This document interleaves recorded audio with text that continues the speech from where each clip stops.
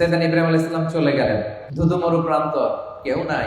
সাইয়েদাতুনা হাজার আর ছোট্ট ইসমাঈল অল্প কয়েকদিন মশকের পানি থেকে পানি খেয়ে খেজুর খেয়ে ওনারা বেঁচে রইলেন। এখন দুধের বাচ্চা ক্ষুধার কষ্টে চিৎকার করে কাঁদে, দুগ্ধপুষ্ট কোনো মা এই দৃশ্য দেখে কি সহ্য করতে পারে? উনি পানির সন্ধানে, খাবারের সন্ধানে সাফা পাহাড়ে উঠলেন, পাশি পাহাড় জাবালে আবু কুবাইস, এটার উপরে উঠলেন। উঠে সন্ধান করলেন কাউকে দেখা যায় কিনা, পানির সন্ধান আছে কিনা, মানুষের সন্ধান আছে কিনা, গাছের সন্ধান আছে কিনা।